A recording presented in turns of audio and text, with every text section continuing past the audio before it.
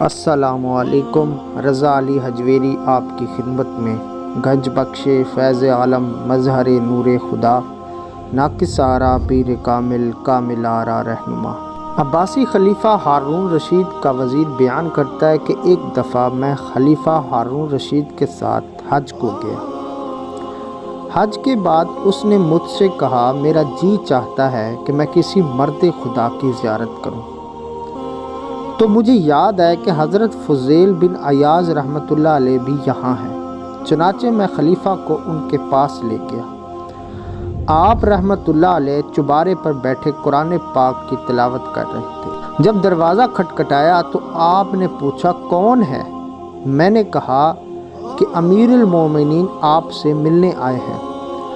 آپ رحمۃ اللہ علیہ نے فرمایا، میرا امیر المومنین سے کیا کام؟ پھر آپ نے خود ہی جواب دیا کہ ہاں، لیکن میری عزت رضائے الہی ہے۔ یہ کہہ کر آپ نیچے آئے اور دروازہ کھولا، لیکن چراغ بجھا دیا اور ایک کونے میں کھڑے ہو گئے۔ ہارون رشید نے اندھیرے میں آپ سے مصافحہ کیا۔ آپ نے فرمایا کہ یہ کیسے نرم ہاتھ ہیں، اگر دوزخ سے بچ جائیں تو۔ یہ سن کر ہارون رشید پر گریہ طاری ہو گیا اور اس قدر رویا کہ بے ہوش ہو گیا۔ جب ہوش میں آیا تو عرض کیا، یا شیخ مجھے نصیحت کیجیے۔ تو آپ رحمۃ اللہ علیہ نے فرمایا، اے امیر المومنین، تیرے باپ حضرت عباس رضی اللہ تعالیٰ عنہ نے رسول خدا صلی اللہ علیہ وسلم سے عرض کیا تھا کہ مجھے کسی علاقے کا حاکم مقرر فرما دیا جائے۔ تو حضرت صلی اللہ علیہ وآلہ وسلم نے فرمایا، اے چچا جان، میں ایک لحظے کے لیے آپ کو آپ کے نفس پر حاکم بنایا ہے۔ اس کا مطلب یہ تھا کہ اطاعت حق تعالیٰ میں ایک لحظہ اس سے بہتر ہے کہ 1000 سال بندہ کسی مخلوق پر حکومت کرتے۔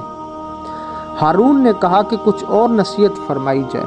تو آپ رحمۃ اللہ علیہ نے فرمایا کہ جب حضرت سیدنا عمر بن عبدالعزیز کو خلافت کے لیے منتخب کیا گیا تو انہوں نے سالم بن عبداللہ کو طلب کر کے کہا کہ میں اس مصیبت میں مبتلا ہو گیا ہوں، اب میرے لیے کیا تدبیر ہونی چاہیے، اس بلا سے بچ جاؤں؟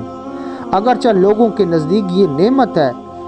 تو انہوں نے جواب دیا، اگر آپ چاہتے ہیں کہ کل قیامت کے دن خدا تعالیٰ کے عذاب سے نجات ملے تو اپنے سے بڑے مسلمان کو باپ کی طرح سمجھو، اور ہم عمر کو بھائی اور چھوٹوں کو اولاد کے برابر سمجھو، اور ان سب کے ساتھ ایسا سلوک کرو جس طرح گھر میں ماں باپ بیٹے کے ساتھ کیا جاتا ہے۔ اسلام کا یہ تمام جہان تمہارا گھر ہے اور خلق خدا تمہارے اہل و عیال ہیں۔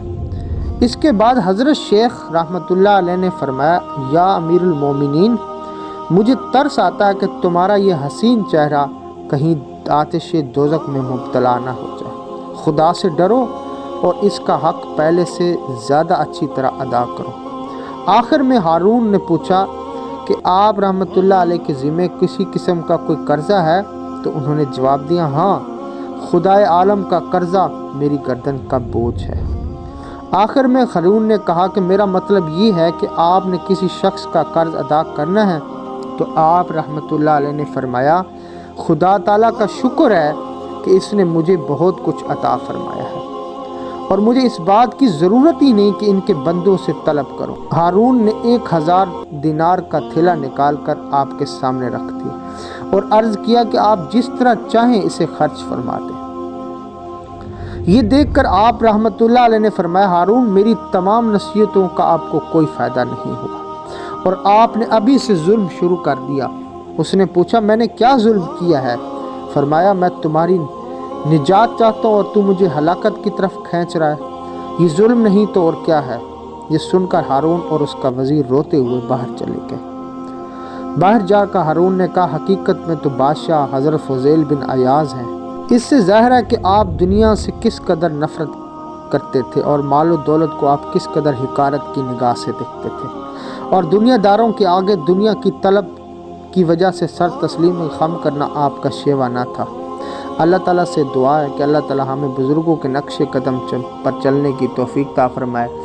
ویڈیو آپ کو پسند ہے تو چینل کو سبسکرائب کریں، لائک کریں اور شیئر کریں۔ شکریہ۔